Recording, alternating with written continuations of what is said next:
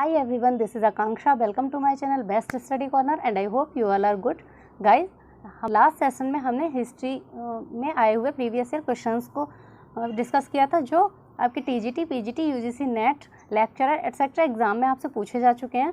तो उसी सीरीज़ को आगे बढ़ाते हुए चलिए आज के सेशन में हम कुछ और प्रीवियस ईयर क्वेश्चंस को डिस्कस करते हैं। ओके, तो चलिए हम स्टार्ट करते हैं। हमारा फर्स्ट क्वेश्चन है, सिंधु घाटी की शासन व्यवस्था कैसी थी? वहाँ पे धर्मनिरपेक्ष संघवाद था, ओलिगार्की यानी जिसे हम कुलीन तंत्र बोलते हैं वो था, सैद्धांतिक संघवाद था या फिर सैद्धांतिक एकात्मक। तो गाइस यहाँ पे आंसर जो होगा वो क्या होगा? ओलिगार्की मीन्स कुलीन तंत्र। ठीक है, कुलीन तंत्र आप सभी समझते होंगे, बहुत पावरफुल लोगों का जो एक ग्रुप होता है, अगर उसके द्वारा कहीं शासन किया जा रहा है तो उसको क्या बोलते हैं? ओलिगार्की सिस्टम बोलते हैं, कुलीन तंत्र बोलते हैं। ओके, और गाइस अगर हम बात करते हैं हड़प्पाई राजनीतिक संरचना जो थी, तो इस पर सबसे पहले सैद्धांतिक प्रकाश जो डाला था वो स्टुअर्ट पिगट ने डाला था। ओके, और यह जो साम्राज्य था ये केंद्रीय साम्राज्य था जो पुरोहित द्वारा संचालित होता था। ओके, और आई होप आपको क्लियर हुआ होगा। तो चलिए अब हम नेक्स्ट क्वेश्चन की तरफ मूव करते हैं। तो हमारा नेक्स्ट क्वेश्चन है, राजस्थान के कालीबंगन और हरियाणा के वनावली के हड़प्पा पूर्व की अवस्था स्पष्ट रूप में कैसी थी? तो नियोलिथिक थी, चालकोलिथिक थी, मेजोलिथिक थी या फिर पेलियोलिथिक थी? तो गाइज यहाँ आंसर जो होगा वो क्या होगा? चालकोलिथिक थी, है ना। हड़प्पा सभ्यता से पहले जो काल था वो कौन सा काल था? तो वो ताम्रपाषाण काल था। तो सिंपल है कि हड़प्पा पूर्व पूछ रहे हैं तो कौन सी हो जाएगी? चालकोलिथिक यानी कि ताम्रपाषाण कालीन हो जाएगी। ओके, तो चलिए अब हम नेक्स्ट क्वेश्चन को डिस्कस कर लेते हैं। हमारा नेक्स्ट क्वेश्चन है, निम्नलिखित में से कौन सा एक हड़प्पा स्थल नहीं है? ओके, ऑप्शन है गाइज, चन्हूदड़ो, कालीबंगा, अतरंजी खेड़ा या फिर राखीगढ़ी। तो यहाँ हमारा आंसर जो होगा वो होगा अतरंजी खेड़ा। ओके, अतरंजी खेड़ा जो है गाइज वो हड़प्पा कालीन स्थल ना होकर उत्तर प्रदेश के एटा जिले में स्थित गंगा जो है नदी है उसकी एक सहायक नदी है काली नदी, उसके तट पर स्थित है। ठीक है, और अतरंजी खेड़ा जो है वो कैसा स्थल है? वो प्रागैतिहासिक स्थल है, ना कि हड़प्पा कालीन स्थल है। Got it. और अतरंजी खेड़ा की अगर हम खोज की बात करें तो 1961-62 में इसकी खोज जो थी वो अलेक्जेंडर कनिंघम ने की थी। गॉट इट, आई होप आपको क्लियर हुआ होगा। तो चलिए अब हम नेक्स्ट क्वेश्चन की तरफ मूव करते हैं। हमारा नेक्स्ट क्वेश्चन है, हड़प्पा संस्कृति स्थल धौलावीरा भारत के किस राज्य में स्थित है? ऑप्शंस हैं राजस्थान, हरियाणा, उत्तर प्रदेश या फिर गुजरात। तो गाइज यहाँ जो आंसर होगा वो क्या होगा? गुजरात। धौलावीरा कहाँ स्थित है? तो गुजरात में स्थित है। ओके, और गाइज जो धौलावीरा है यह नगर 3 भागों में विभाजित था। ओके, आपसे क्वेश्चन पूछ लिया जाता है एग्जाम में कि 3 भागों में कौन सा नगर विभाजित था, तो वो धौलावीरा था। 3 भागों में कौन कौन से भाग थे? दुर्ग, मध्यम नगर और निचला नगर। ओके, और गाइस अगर हम धौलावीरा की बात करें तो इसका उत्खनन कार्य जो था वो RS विष्ट ने करवाया था। Got it. चलिए अब हम नेक्स्ट क्वेश्चन देख लेते हैं। तो हमारा नेक्स्ट क्वेश्चन है, मेसोपोटामिया में शामिल क्षेत्र को आज किस नाम से जाना जाता है? ऑप्शन नंबर 1 पूर्वी सीरिया, तुर्की और ग्रीस के नाम से। ऑप्शन सेकेंड जो है वो है पूर्वी सीरिया, दक्षिण पूर्वी तुर्की और इराक का अधिकांश भाग। ऑप्शन थर्ड जो है वो है ईरान और इराक के नाम से, या फिर फोर्थ ऑप्शन है इराक और लेबनान के नाम से। तो गाइस जो आंसर हमारा होगा कि मेसोपोटामिया जो था उसमें शामिल क्षेत्र को आज हम किस नाम से जानते हैं, तो वो होगा पूर्वी सीरिया, दक्षिण पूर्वी तुर्की और इराक का अधिकांश भाग। Got it.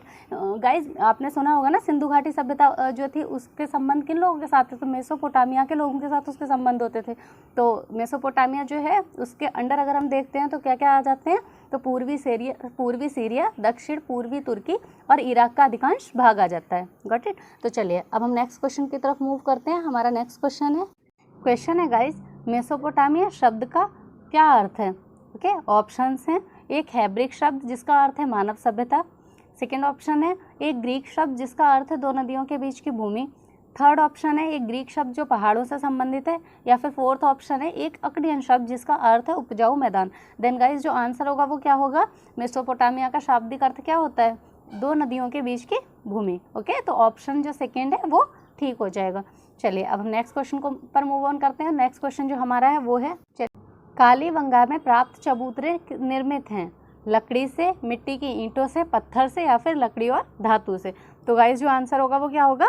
मिट्टी की ईंटों से। कालीबंगा से जो हमें चबूतरे मिले हैं वो कैसे मिले हैं, मिट्टी की ईंटों के बने हुए हैं वो, ओके। और कालीबंगा की अगर हम बात करें तो ये राजस्थान के गंगानगर जिले में स्थित है, जिसे अगर हम वर्तमान में देखें तो इसे हनुमानगढ़ जिले के नाम से जानते हैं, ओके। और ये जिला जो है वो प्राचीन सरस्वती के तट पर स्थित है, ओके। और इसकी खोज की अगर हम बात करें तो अमलानंद घोष ने की थी, और उत्खनन जो कराया वो बीबी लाल और वीके थापड़ ने कराया था, ओके। अगर गाइज हम देखते हैं कालीबंगा से क्या क्या प्राप्त हुआ है, तो कालीबंगा से चूड़ी निर्माण केंद्र, लकड़ी की नाली, दुर्ग का द्विभागीकरण और पक्की सड़कें, जुता हुआ खेत, ये सभी मिला है। Got it. आप इन सभी एडिशनल पॉइंट्स को नोट डाउन करते हुए चलिएगा। चलिए तो अब हम नेक्स्ट क्वेश्चन पर मूव करते हैं। हमारा नेक्स्ट क्वेश्चन है गाइज, निम्न में से किस साइट को भारत की सबसे पुरानी कृषि बस्ती के रूप में जाना जाता है, ओके। ऑप्शंस हैं दैमाबाद, हुलास, कालीबंगा, आलमगीरपुर या फिर मेहरगढ़। आई होप आप सभी इसका आंसर कर पा रहे होंगे, क्योंकि लास्ट सेशन में हम इसको ऑलरेडी कर चुके हैं, ओके। तो आंसर क्या हो जाएगा, मेहरगढ़। मेहरगढ़ को कृषि बस्ती के रूप में जाना जाता है। मेहरगढ़ कहाँ पर है, तो चलिए मैं एक बार फिर से बता देती हूँ। मेहरगढ़ पाकिस्तान के बलूचिस्तान प्रांत में स्थित है, ओके। और गाइज अगर हम यहाँ पर मतलब गेहूँ और जौ के साक्ष्य में लेते हैं, ये तो हमें पता ही है। इसके अलावा चलिए बाकी ऑप्शंस को देख लें अगर हम, तो दैमाबाद जो है वो महाराष्ट्र में है, हुलास उत्तर प्रदेश में है, कालीबंगा राजस्थान में, और आलमगीरपुर की बात करें तो ये भी मेरठ उत्तर प्रदेश में स्थित है। Got it. चलिए तो अब हम नेक्स्ट क्वेश्चन देखते हैं। हमारा नेक्स्ट क्वेश्चन है, शवाधान एच संबंधित है पूर्व हड़प्पा संस्कृति से, पूर्ण विकसित हड़प्पा संस्कृति से, पूर्ण विकसित एवं परवर्ती हड़प्पा संस्कृति से, या फिर परवर्ती हड़प्पा संस्कृति से। तो गाइज अगर हम बात करते हैं शवाधान एच की, ओके, तो यह 1934 में एक समाधि प्राप्त हुई थी, उसको नाम दिया गया था शवाधान एच, और ये परवर्ती हड़प्पा काल से संबंधित है, ओके। और अगर हम बात करें हड़प्पा सभ्यता काल की, तो उस टाइम का जो एक कब्रिस्तान मिला है वो दक्षिण क्षेत्र में स्थित है, इसको समाधि R37 का नाम दिया गया है। ये दोनों को ही याद रखिएगा, समाधि एच को भी और समाधि R37 को भी। जो समाधि एच है वो कब की है, तो वो परवर्ती हड़प्पा कालीन है, और समाधि R37 की अगर हम बात करते हैं तो वो हड़प्पा कालीन है। Got it. चलिए अब हम नेक्स्ट क्वेश्चन देखते हैं। हमारा नेक्स्ट क्वेश्चन है, निम्नलिखित में से किस सैंधव स्थल का नगर 3 भागों गढ़ी, मध्य व निचला नगर में विभक्त था।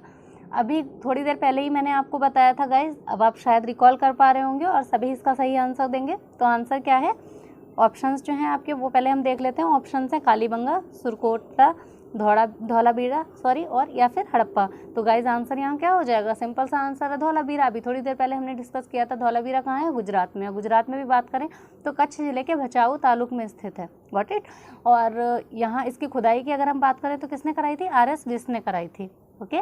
और यह सिंधु सभ्यता का सबसे बड़ा स्थल माना जाता है, और इसका नगर 3 भागों में विभक्त था, ओके। चलिए तो नेक्स्ट क्वेश्चन है गाइज, हड़प्पा की ईंट के माप का अनुपात क्या था, ओके। 1:2:3 का रेशो था, या फिर 1:2:4, 1:3:4 और 1:2:5। तो गाइज यहाँ जो हमारा आंसर होगा वो 1:2:4, यानी कि हड़प्पा की जो ईंट थी वो किस अनुपात में थी, 1:2:4। ये गाइज आपको कहीं पे 7:14:28 भी मिल सकता है, ओके। तब भी निकल के तो फाइनली वही आना है। जब आप 7, 14 और 28 को डिवाइड करेंगे देन क्या आ जाएगा, 1:2:4 ही आना है, ओके। तो आपको किसी भी तरीके से देंगे, आंसर आपको देख लेना है। बेसिकली जो रहेगा वो क्या रहेगा, 1:2:4 ही आएगा। Got it. चलिए तो हम नेक्स्ट क्वेश्चन की तरफ मूव करते हैं। हमारा नेक्स्ट क्वेश्चन है, मोहनजोदड़ो से प्राप्त पशुपति की मुहर पर निम्न में से कौन सा पशु उत्कीर्ण नहीं है। ऑप्शंस हैं हाथी, गेंडा, बाघ या फिर बैल। तो गाइस जो आंसर होगा वो क्या होगा, कौन सा पशु उत्कीर्ण नहीं था, तो बैल उत्कीर्ण नहीं था, जो पशुपति की मुहर मिली थी उस पर, ओके। पशुपति की मुहर जो सिंधु घाटी सभ्यता से प्राप्त हुई थी उसमें बाईं ओर गेंडा और भैंसा थे, और दाईं ओर की अगर बात करें तो हाथी, व्याघ्र और हिरण प्राप्त हुए, ओके। तो इस पर क्या अंकित नहीं था, बैल अंकित नहीं था।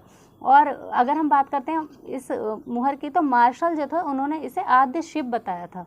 Got it. चलिए तो हम नेक्स्ट क्वेश्चन देखते हैं। हमारा नेक्स्ट क्वेश्चन है, सिंधु घाटी सभ्यता निम्नलिखित किस प्रकृति की थी, आद्य शहरी थी, शहरी ग्रामीण थी या फिर ग्रामीण थी। तो बहुत इजी क्वेश्चन है, सभी को इसका आंसर पता है। सिंधु घाटी सभ्यता कैसी थी, शहरी सभ्यता थी, ओके। कभी कभी आपसे एग्जाम में बहुत बेसिक क्वेश्चन भी पूछे जाते हैं, ऐसा नहीं है हमेशा बहुत डेप्थ से उठेंगे, नॉर्मल क्वेश्चन भी पूछे जाते हैं। तो आप पॉइंट्स को नोट डाउन करते हुए चलिए और फैक्चुअल डेटा को ज़रूर याद रखिए, ओके। चलिए तो हम हमारे नेक्स्ट क्वेश्चन को देखते हैं। हमारा नेक्स्ट क्वेश्चन है, उस स्थल की पहचान कीजिए जहाँ घोड़ा होने के प्रमाण नहीं मिलते हैं। ओके, ऑप्शंस देखते हैं। ऑप्शंस हैं गलियाई 1895 से 1695 ईसा पूर्व, या फिर बुरझोम 1700 ईसा पूर्व, पिराक करीब 1300 ईसा पूर्व, और या फिर इनाम गांव करीब 1400 ईसा पूर्व। तो गाइस जो आंसर होगा वो क्या हो जाएगा? बुरझोम। बुरझोम एक ऐसा स्थल था जहाँ घोड़े होने का कोई प्रमाण नहीं मिला था। ओके, और बुरझोम के बारे में चलिए हम थोड़ा सा देख लेते हैं। तो बुरझोम का शाब्दिक अर्थ की अगर हम बात करें तो बुर्ज वृक्ष का स्थान, इसका शाब्दिक अर्थ होता है। ओके, बुर्ज होम आपको सुनने से भी लग रहा है ना, ऐसा आप इस तरीके से रिलेट कर सकते हैं। बुर्ज को आप बुर्ज समझ लीजिए, और होम से तो आप समझ जाते हैं किसी का भी घर तो होम, तो बुर्ज वृक्ष का जो स्थान था वो क्या था, तो उससे समझ सकते हैं। बुर्ज होम को आप डायरेक्टली याद रख सकते हैं इसका शाब्दिक अर्थ क्या था। ओके, अगर हम बात करते हैं कि इसकी खोज किसने की थी, तो डी टेरा और पीटरसन ने की थी।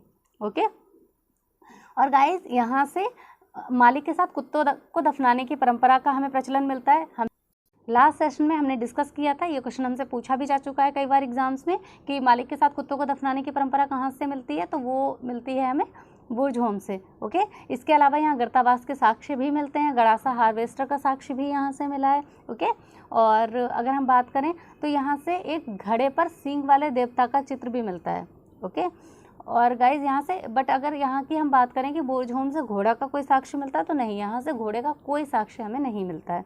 Got it. तो चलिए अब हम नेक्स्ट क्वेश्चन देखते हैं। हमारा नेक्स्ट क्वेश्चन है कालीबंगा, जहाँ प्राक हड़प्पा संस्कृति के अनेक स्थल पाए गए हैं, निम्नलिखित किस क्षेत्र में स्थित था? ऑप्शंस हैं सिंध में, पंजाब में, राजस्थान में, या फिर गुजरात में। तो कालीबंगा कहाँ पर था? तो ये राजस्थान के गंगानगर जिले में स्थित था, और गंगानगर जिले में भी कहाँ? घग्गर नदी के बाएं किनारे पर। ओके, और गाइस अगर हम बात करते हैं कि इसकी खुदाई किसने कराई थी, तो इसकी खुदाई बीबी लाल और बीके थापड़ ने कराई थी।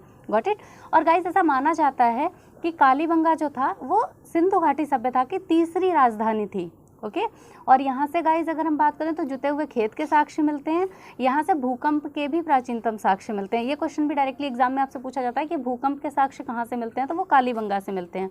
ओके, और जिसकी वजह से मतलब इस सभ्यता का अंत हो गया था, ऐसा माना जाता है। ओके, सिंधु घाटी सभ्यता के पतन का एक कारण ये भी था ना कि भूकंप जो था उसकी वजह से अंत हुआ, ऐसा भी माना जाता है ना।